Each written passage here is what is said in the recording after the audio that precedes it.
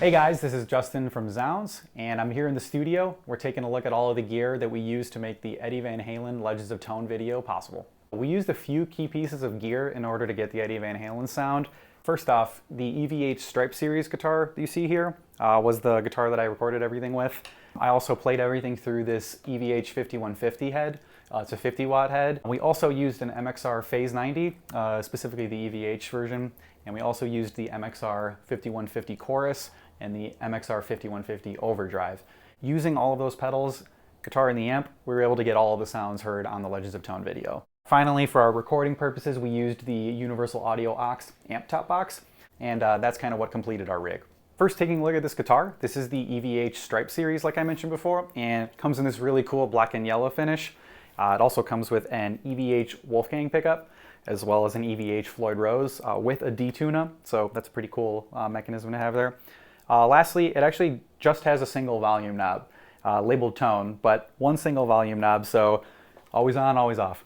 Let's take a look at the amp we used. This is the EVH 5150 head, the 50 watt version. What's cool about this guy though is actually comes in this gold and black finish, but more importantly, it has EL34 tubes in this one instead of the usual 6L6 tubes. This kind of lends it more of that early Van Halen sound, so kind of the old Marshall type of vibe because of that tube complement. So we chose this one in order to capture the sounds of that era. So this is a really great 3-channel high gain amp, but for our purposes here on the Legends of Tone video, I stuck primarily to using the blue channel or the second channel. And you can see it on here. That actually has a lot of versatility in the gain.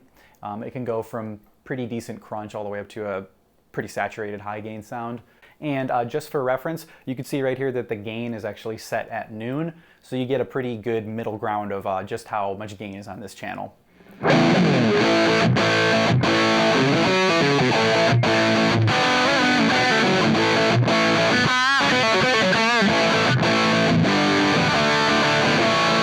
And so you can see that it's pretty saturated, but if you roll the gain down on it, you can actually clean it up pretty well. So here's kind of more of like a crunch sound with the gain rolled to about 1 or 2 then on the dial.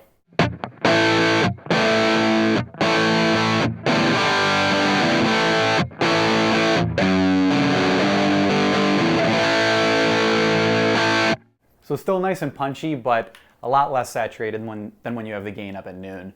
So just to show you the limits that the channel can push, I'm going to turn the gain all the way up, and then you can kind of see how that responds.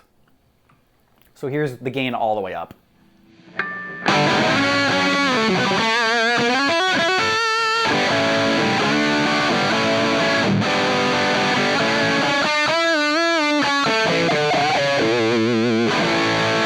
As you can see, it actually has a pretty large kind of range of gain sounds that you can get on just that one channel. So yeah, I stuck to that channel for most of the sounds on the video. This is a 3-channel amp though, so there is one final gain channel, which is the red. And yeah, it's a lot higher gain then, but comparable to the blue, it's just kind of like an extra notch higher for more saturation if you really want that for like a lead, for instance, or just, yeah, extra saturated leads. So I'm going to switch over to that and then give you a quick audio example of just what the red channel sounds like.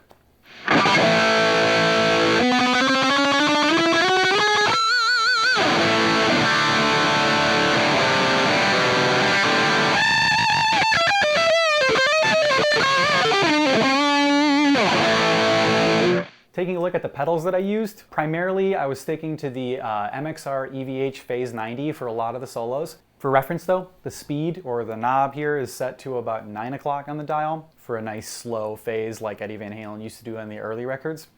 Putting it out in the front of the amp, actually, that's going to give it a little bit more kind of, you know, in-your-face type phase sweep there. But the amp also allows you to put it in the effects loop, which is also foot switchable. So you can also do that if you want kind of a less dirty phase sound there. So accompanying that with the blue channel, I'm going to turn that phaser on and play a couple licks so you can hear how it sweeps.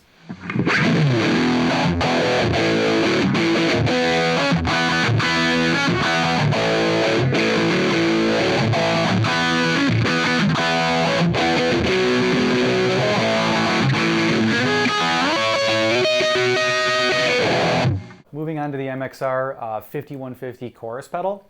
You can see that right here.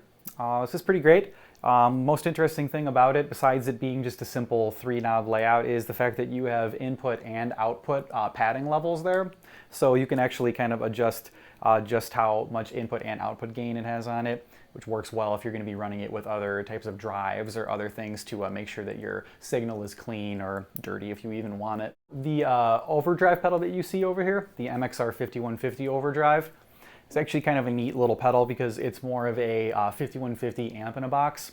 We didn't use it on this video very much because we have the actual EVH 5150 amp.